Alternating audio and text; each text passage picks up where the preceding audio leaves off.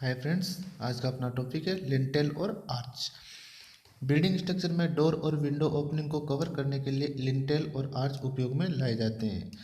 Arch एक older method है। आजकल मोस्टली ओपनिंग को कवर करने के लिए लिंटेल का उपयोग किया जाता है, क्योंकि लिंटेल को बनाना इजी होता है और आर्च आर्च के कंपेयर में मोस्ट रिलायबल होता है। अर्थात लिंटेल लिंटेल आर्च के कंपेयर में निम्नलिखित एडवांटेज होते हैं। Advantage of lintel compare to arch.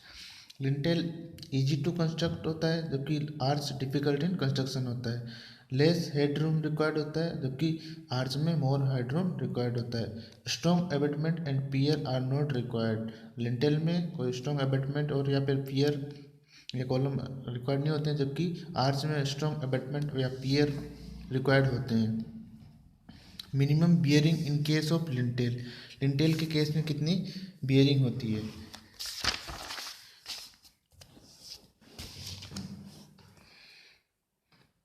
10 centimetre. Minimum bearing in case of lintel 10 centimetre होनी चाहिए, या फिर 3.75 centimetre ever 3 centimetre height of lintel. 30 centimetre length of lintel में 3.75 सेंटीमीटर उसकी बियरिंग होनी चाहिए। विच एवर इज ग्रेटर, इन दोनों में से जो ज़्यादा होता है।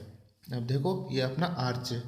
आर्च के सबसे पहले ये है अपने पास एबैटमेंट्स, एबैटमेंट या पियर। जो एंड पॉइंट पे जो कॉलम पियर्स होते हैं उनको एबैटमेंट्स बोलते हैं, और जो इंटरमीडिएट जो कॉलम होते हैं उनको पियर्स बोलते हैं। अब ये आपकी जो इनर सरफेस है उसको सोफिट या इंटरडोज बोलते हैं। जो आपकी एक्सटर्नल सरफेस है उसको एक्स्ट्राडोज या बेग बोलते हैं। और जो आपके टॉप सरफेस पे जहाँ पर आपका जो कौन से का स्टोन लगा जाता है उसको की स्टोन बोलते हैं, और जो टॉप सरफेस को क्राउन बोलते हैं।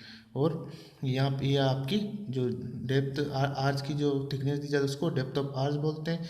जो आपकी पॉइंट जो आपकी जो एबैटमेंट लाइन से ऊपर टॉप मोस्ट पॉइंट तक की जो आपकी हाइट होती है उसको राइज बोलते हैं।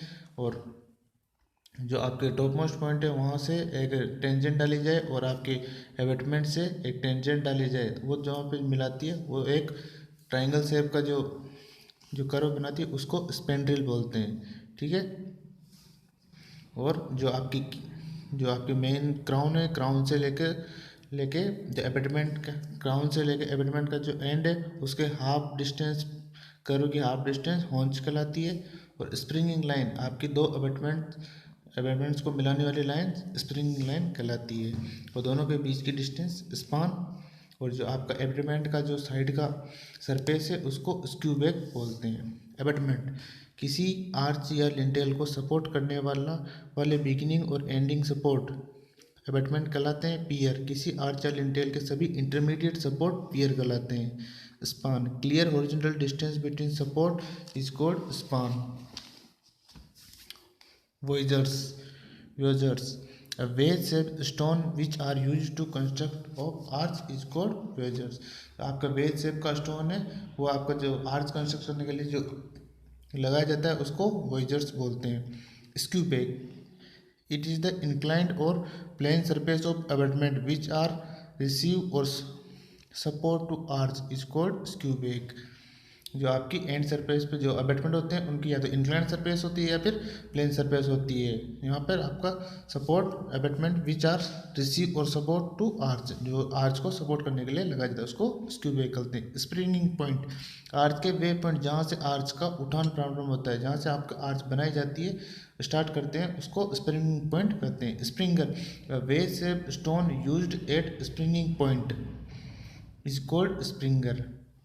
एक वेज शेप स्टोन जो स्प्रिंगिंग पॉइंट पे आपका जो स्टोन यूज किया जाता है उसको स्प्रिंगर बोलते हैं। Springing line imaginary line which is meeting the springing point is called springing line. जो आपकी स्प्रिंगिंग पॉइंट को जो मिलाने वाली लाइन स्प्रिंगिंग लाइन कहलाती है। Extrados outer surface of the arch is called extra dose.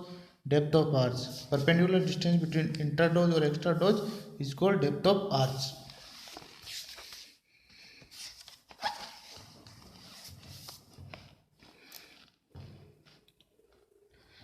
Crown क्या होता है आपका highest point of the outer surface of arch is called crown. जो आपका हाईएस्ट पॉइंट होता है आर्च का उसको क्राउन बोलते हैं। की स्टोन क्या होता है आपका a wedge shape stone use at the crown is called की स्टोन।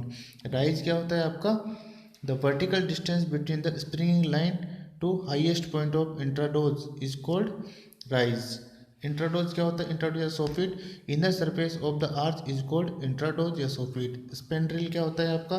किसी आर्च के स्क्यू बेग से एक टेंजेंट लाइन खींची जाए और क्राउन से एक टेंजेंट लाइन खींची जाए, दोनों को मिलाना, दोनों के मध्य बना हुआ ट्राइंगल पोर्शन स्पेंड्रिल कहलाता है. दोनों के मध्य ट्राइंगल पोर्शन जो बना होता है उसको स्पेंड्रिल बोलते हैं. हॉर्न्स क्या होता है? किसी आर्च की आउटर सरफेस पर स्क्यू बेग से क्राउन तक चली गई दूरी का हाफ, जो आपकी स्क्यू बेग से क्राउन तक जो चली गई दूरी है उसका हाफ डिस्टेंस हॉर्न्स कहलाता है. इम्पोस्ट, किसी स्क्यू बेग का स्प्रिंगिंग लाइन की तरफ प्रोजेक्ट करता हुआ पोर्शन इम्पोस्ट कहलाता है. किसी स्क्यू बेग जो लास्ट एंड एबेटमेंट में जो इंक्लाइंड या प्लेन सरफेस होती है का स्प्रिंगिंग लाइन की तरफ प्रोजेक्ट करता हुआ पोर्शन इम्पोस्ट कहलाता है.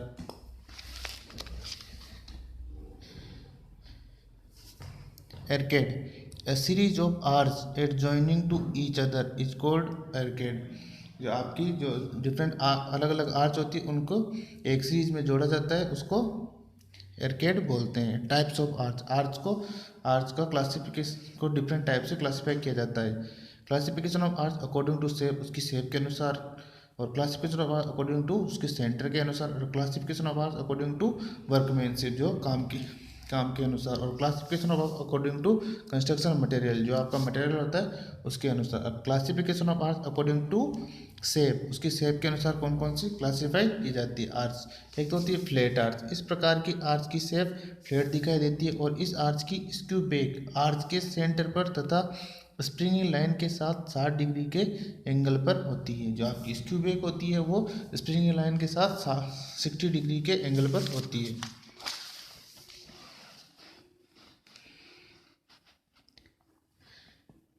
इस प्रकार के आर्च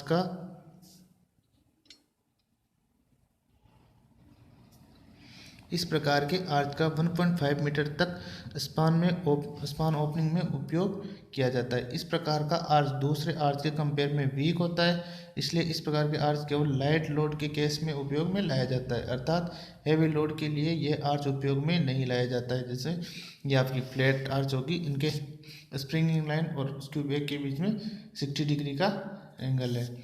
दूसरी होती है आपकी सेगमेंटल आर्च. ये आर्च बहुत ही स्ट्रॉन्ग होती है. इसका यूज इसी जगह किया जाता है जहाँ पर हैवी लोड कैरी करना हो, और इस आर्च का राइज इसका राइज होता है उसके हाफ स्पान से कम होता है, इसलिए इस आर्च का सेंटर स्प्रिंगिंग लाइन से नीचे होता है. इस आर्च की शेप सर्कुलर होती है. जो सेगमेंटल आर्च है ये सबकी स्ट्रॉन्ग, जहाँ पे हैवी लोड आ रहा है वहाँ पे यूज़ किया जाता है. बहुत इंपॉर्टेंट आर्च है, इंपॉर्टेंट क्वेश्चन भी है.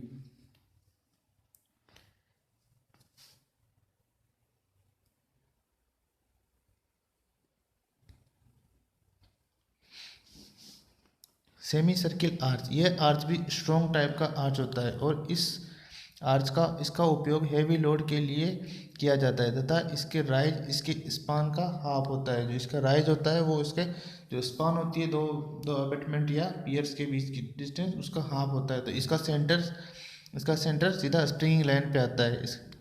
इसका सेंटर स्प्रिंग लाइन पे होता है. Semi circle arch. Relieving arch, यह ऐसी जगह पर उपयोग लाया जाता है जहाँ पर लकड़ी के लिंटेल उपयोग में लाए गए हों और लकड़ी के लिंटेल खराब हो जाते हैं तो उन्हें रिप्लेस करके नए लिंटेल लगा दिए जाते हैं. मतलब कि ये जो खराब लिंटेल होते हैं उनको चेंज करने के लिए जो लगाए जाते हैं उनको रिलीविंग आर्च बोलते हैं. सेमी इलिप्टिकल आर्च, इस आर्च को बनाने के लिए एक से अधिक सेंटर की आवश्यकता होती है और नॉर्मली 3 से 5 सेंटर के द्वारा यह आर्च बनाया जाता है. इसकी शेप सेमी इलिप्टिकल होती है. इन्वर्टेड आर्च, यह आर्च सोइल की बियरिंग कैपेसिटी को इंक्रीज करने के लिए बनाया जाता है. पॉइंटेड आर्च, यह आर्च दो कर्व को सेंटर पर मिलाने पर बनता है और इस आर्च का सेंटर स्प्रिंगिंग लाइन या उससे नीचे हो सकता है.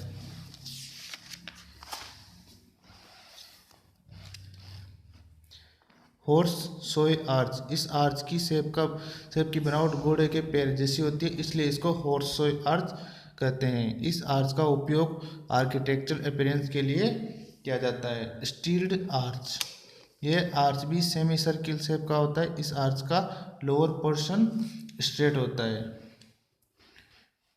वेनेटियन आर्च, यह आर्च जिसकी डेप्थ ऐसा आर्च जिसकी डेप्थ इसके क्राउन पर स्प्रिंगिंग लाइन के कंपेयर में बहुत ज़्यादा होती है, उसे वेनेटियन आर्च कहते हैं। फ्लोरेंटाइन आर्च, यह आर्च वेनेटियन आर्च जैसा ही होता है, लेकिन बेसिक डिफरेंस ये होता है कि आर्च की इंट्राडोज सेमी सर्किल होती है।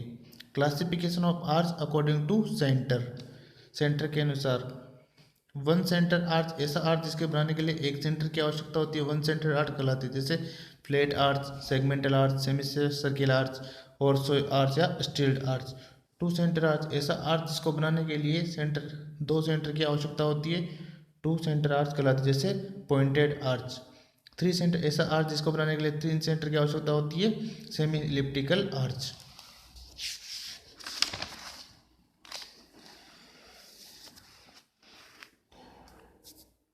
होती है फोर सेंटर आर्च,